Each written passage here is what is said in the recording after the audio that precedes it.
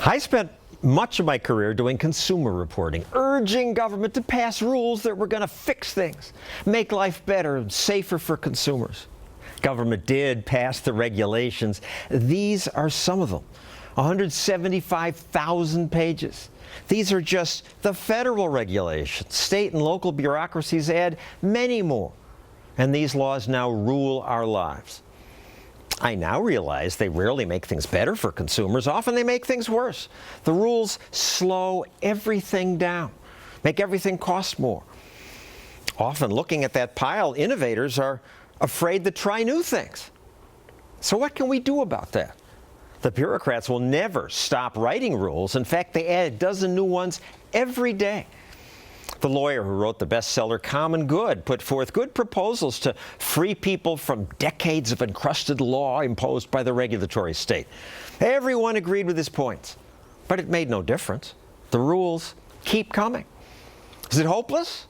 I hope not. And now someone I admire has come up with a new idea for fighting the regulatory state that might work. And I'm more optimistic about his idea because he has a track record. Years ago, I assumed America was stuck with welfare as we know it. But then Charles Murray wrote Losing Ground, explaining how welfare perpetuates poverty.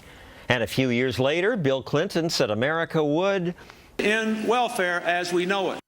And now Charles Murray's written a new book, By the People, Rebuilding Liberty Without Permission. It encourages Americans to disobey some of all those rules. Really, just don't obey them? Just ignore them. And what we have to do is make it possible for people to ignore them without the government being able to come after them. And that can be done. How? I want a defense fund. I want it to operate like legal aid, which now helps poor defendants. I want it to be on the behalf of the ordinary American, not the big corporations. And here's what I have in mind. You have some small business person who's being harassed by a bureaucrat and threatening him with the fine. I want somebody to materialize and say, we're taking this man's case. We are going to litigate it to the max. You are going to be sorry you ever got into this, and if at the end of this you find him guilty and he has to pay a fine, we're going to reimburse it. And if that happens, eventually government will say, maybe we ought to pick and choose and not have so many of these rules because they can't enforce all of them all the time? I want the government to have a no harm, no foul regulatory approach. You know, in sports, you could call a foul in every NBA game every time they come down the court, but they don't. If it doesn't affect the play, they let it go.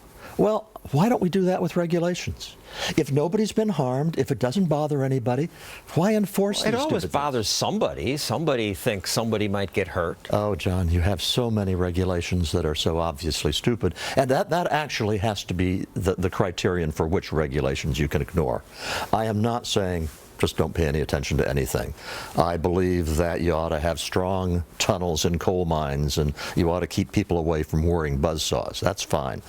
But when you have regulations which say you need a railing to be 42 inches high, and if it's only 40 inches high, we're going to fine you, an overwhelming majority of Americans hearing about that would say, that's really stupid. The government should get out. And these boxes are filled with these rules. It's hard to get people alarmed because you're being pecked to death by ducks. They're always little boring things. On TV, I make feeble attempts to show how the rules strangle us.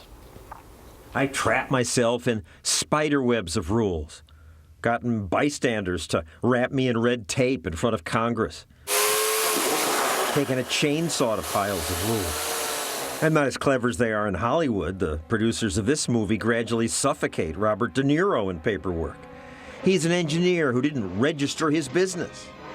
This is how it works in real life if you do anything that makes bureaucrats nervous. But the bureaucrats keep producing more. It's their job. Yeah, and there's nothing to stop them because Congress can write a law which says, give us clean air.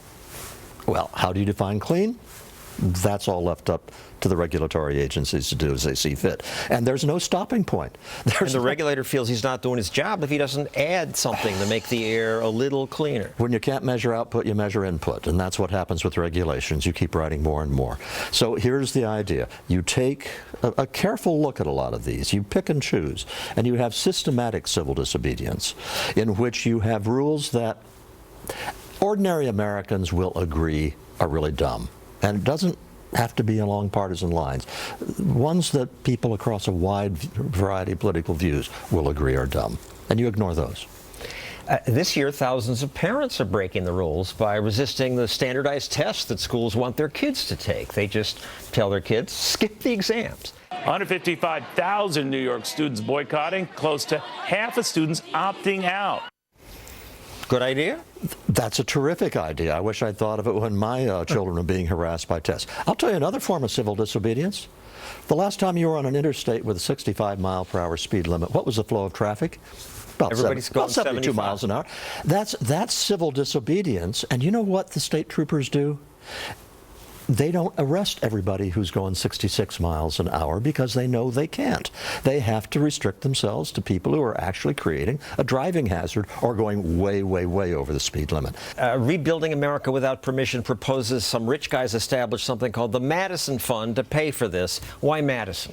I chose Madison because he was the man who more than any other midwifed the Constitution and the Bill of Rights. It's the right name, I think, for the man who gave us the limited government that we all love. You make the point in the book that Japan and Germany thrived after World War II because they were blown to smithereens and all of their rules were knocked away? Yeah, this is a man named Mansur Olson, an economist who first said that what happens to governments after a period of time is they become sclerotic. They become rigid, unresponsive, and that's what's happened to government now.